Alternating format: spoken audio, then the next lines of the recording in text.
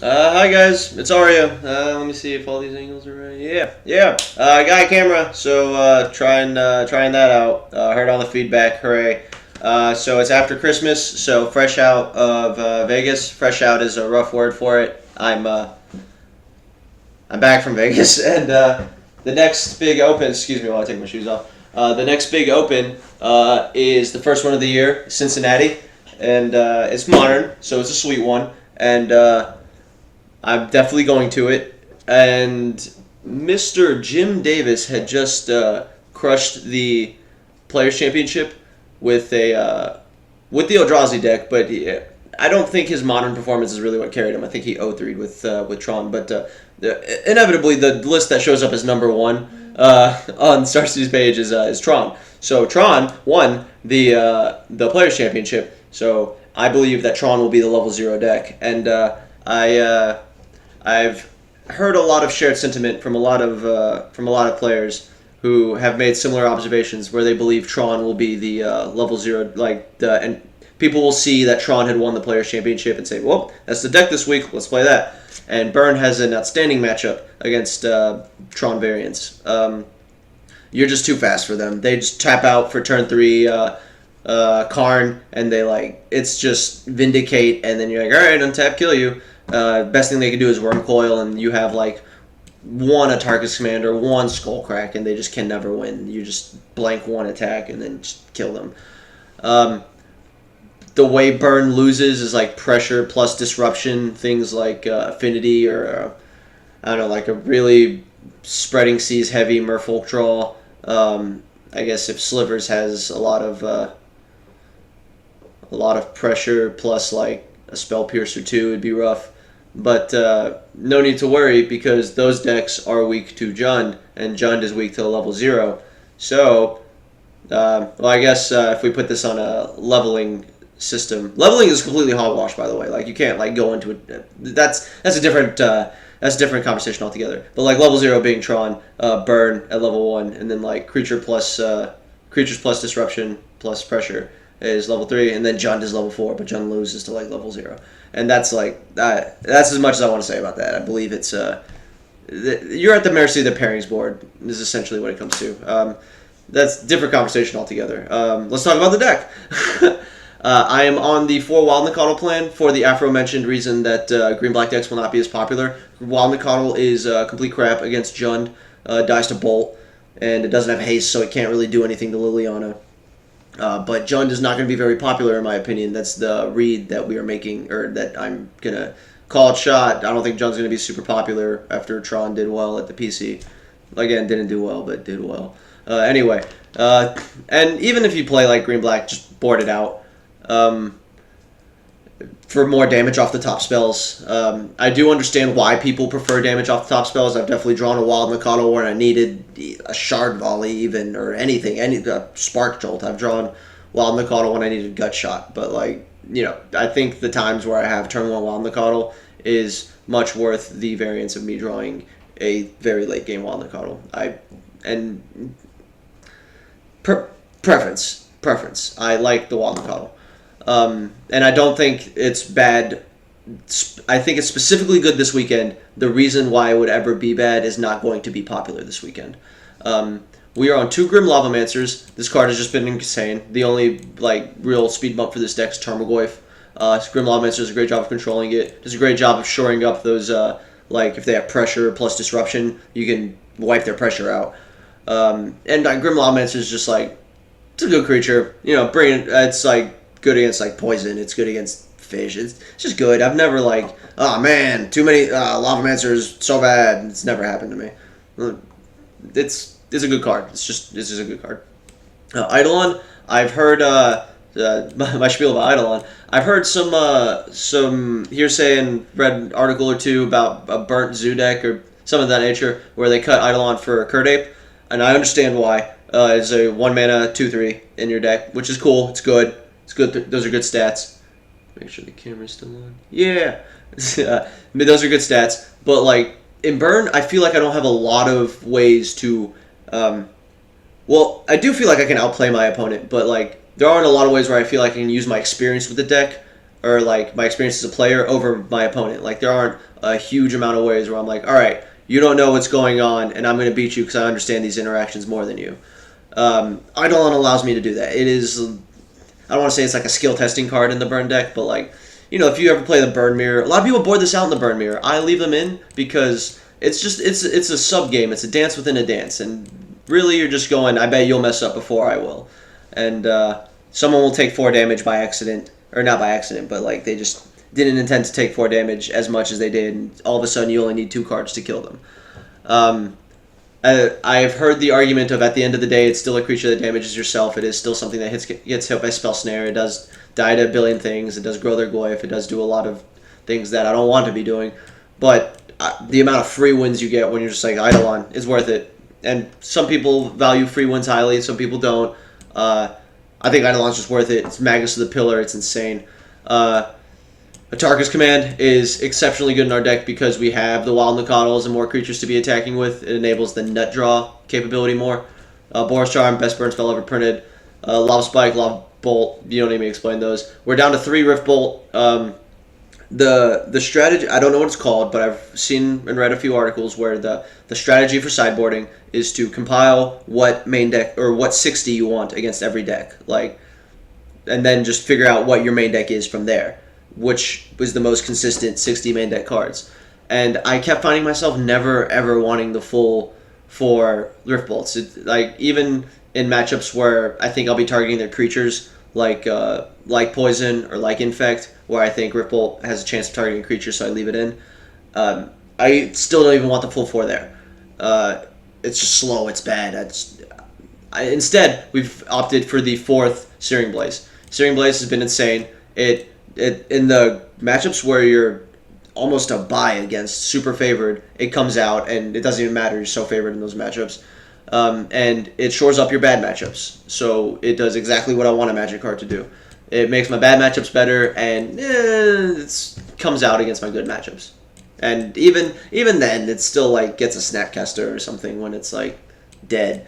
But against any opponent who thinks he got you with a good amount of clogging of the board, Searing Blaze is a great job. And it's just, y'all have heard me complain about Affinity in the past, and this is just miles ahead of what I was doing against Affinity beforehand. I mean, just main deck Searing Blaze is backbreaking against them. We're up to 19 land. 18 was feeling a little greedy, and we were just keeping 1-landers too often and not getting there. If we flood, we flood. Magic, Shrug, oh well. 3 mountains, because Path. I've been told that this is too much by people whose opinions I respect. I get pathed often enough. I feel like I want a 3rd mountain.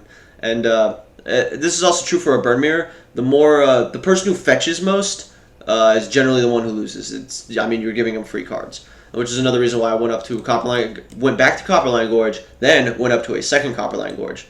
One's good. It's just it feels free when you have it in opener or turn 1 or turn 2. It's just like point value. It just feels so nice. It's amazing. Card's great. I mean, it's hard to see, land makes deck better, but I really do feel having Copperline Gorge in my deck makes my deck better. I won't bore you too much with the main deck. The main deck hasn't really changed since printing of Eidolon or the inclusion of Wild Nacatl. Y'all know the main deck. Those are the only differences. I guess it is worth mentioning. I've cut Gore Clans and Firecrafts and Thunderous Rats. It's just too cute is not the word. I just want all my cards to be doing the same thing, and I just want to kill them. I just want them dead. They just have to be dead. This is the most optimal build to get my opponent dead. Talk about the sideboard a bit.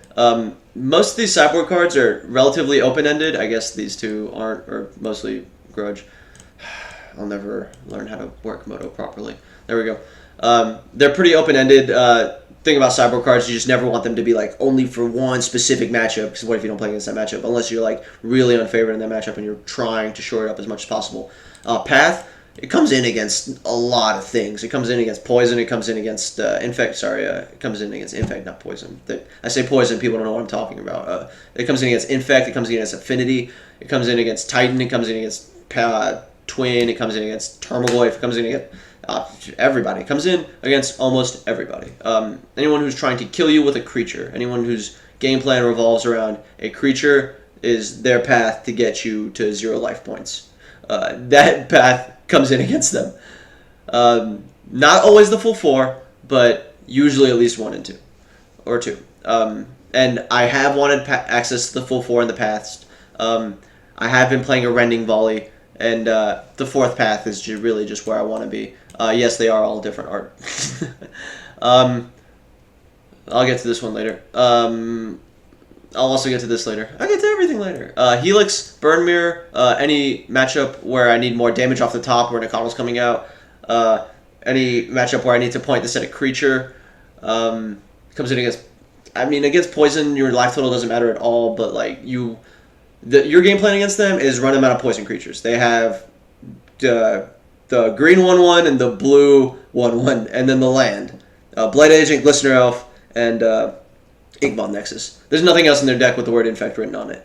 So, and there's a lot of things in your deck with the word 3 damage on it. So they will run out of Infect creatures before you run out of burn spells. So just always point it at their creature, unless they have like protection and left mana up, and it's their pump spells are more efficient than our burn spells because one pump spell gives you +3 to 6, and one of our burn spells only does 3 to 4. A target's command if it's insane and it's a nut draw.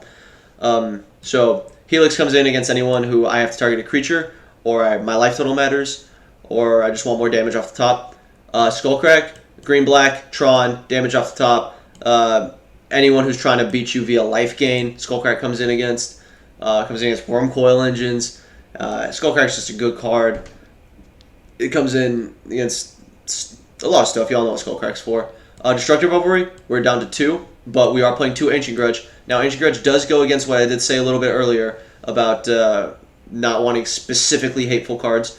The Affinity matchup, I just want Ancient Grudge. I'm not losing to Affinity anymore. I do not want to lose to a single Affinity player ever again. I'm playing 2 Ancient Grudge. That is the only reason to play a very specific card. Just, I don't want to lose to it. I don't want to lose to it. I don't want to lose to it.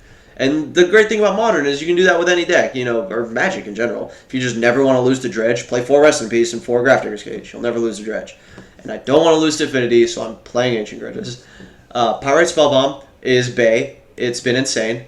Let me finish talking about the Artifact Destruction. Destructive Revelry comes in against like Grixis as well, and Bloom Titan as well, for White Ley Lines and for Splinter Twins, and Spellskites, because generally those colors don't have, or the Grixis colors don't have like life gain in them, so they're trying to beat you via Vampiric Link and Spellskite, and Destructive Revelry is house against that. So you bring in these 2 in those matchups. Back to Bay, Pyrite Spellbomb. This card has been insane every time I've cast it. Every time I've cashed it in, it's been insane. Every time if I spent the rest of this video talking about how much I liked Pyrite Spellbomb, it wouldn't be enough time. 2 damage to Etch Champion is very good, to Auriok Champion, to Core Firewalker, to Master of Waves, to Pro Red, to Pro Colors, to Pro all the pros. To deals 2 damage to all of the pros, and it's insane. It's just good. They have Discard. It's good against that. I don't use the draw card as often as I thought I would. More oftentimes, if I am Hellbent and I draw Pyrite, it's Prowess for Swiftspear. More oftentimes, if I find I draw Pyrite Spellbomb Hellbent, I do prefer to just get the 2 damage, because there is obviously a burn spell coming somewhere in my deck. And I feel like 2 damage is better than like card, because I feel like card is not always worth 2 damage. Could be wrong. I can be completely convinced that that's incorrect. I just haven't sat down and crunched the numbers on it yet. It's just theory crafted with my friends and playing with the card. It's been insane. Every time I've boarded in, it's been nuts. Comes in against creature matchups as well. It's just like removal. It's so much everything. It's flexibility. The least concrete card in my 75. I'm flexible on all these cards, but like the least concrete one, the most flexible, I think, is Relic of Progenitus. This might be results-oriented thinking, but I played Griselbrand twice in 2 dailies, or like once in a daily and once in another daily, and I felt very embarrassed that the only thing I had to bring in was 4-path. I was just like, well, I have Stone Marital Aids for graveyard decks, and absolutely nothing. I have Stone Dick for graveyard decks, and it felt really bad just to like. Well, I guess I ignored this matchup. Like, it feels bad. This also comes in against Goyf. It's a little open ended. You can play things like I've played Tunnelingus here. It won me a game against Scapeshift. If there's like a sideboard tech card that you think is good in your local meta, I think Relic Progenitus is probably the card to cut. You can play like another Revelry. You can play another Helix if you're expecting a lot of burn. You played maybe third Spellbomb, might be much. You can flood on Spellbombs. This does draw a card when it's bad. It does help control Goyfs. I've played Deflecting Palm here with a pretty good amount of success. That does come in against Poison Affinity and Bloom Titan as well. It's been good there. What is something else I played here? I've played a Rending Volley in this slot. I have in the past played a Shard Volley as another burn spell off the top, and I wasn't very happy with it. I've played a Guerrilla Tactics when Jund was pretty popular. This is just a flex slot. I like having something to bring in against the graveyard decks, so I have one Relic. I can be convinced that this should be literally any other card in Magic, and I can understand that. Something that is missing from my sideboard that I have seen a lot of, Core Firewalker. I don't like that card. I think it's bad. If I see someone playing Core Firewalker, my opinion of them is they probably don't understand the burn deck very, very well. Now, I don't want that to be taken the wrong way. I've seen pro players who are millions of years better than I will ever become on the Pro Tour, playing like 4 Core Firewalker in their sideboard, and they're like, "Yep, card's insane. It's good." In my testing and everything I've done with this deck, I mean, if y'all have followed me at all, you know I have a lot of videos. You should check them out. But I do a lot of videos with this deck, and I like this deck a lot, and I jam it in almost every tournament I get to, or at least some rendition of it. And it's just always been good for me, and I don't think I've ever like really done poorly, where like I've just scrubbed out of an event.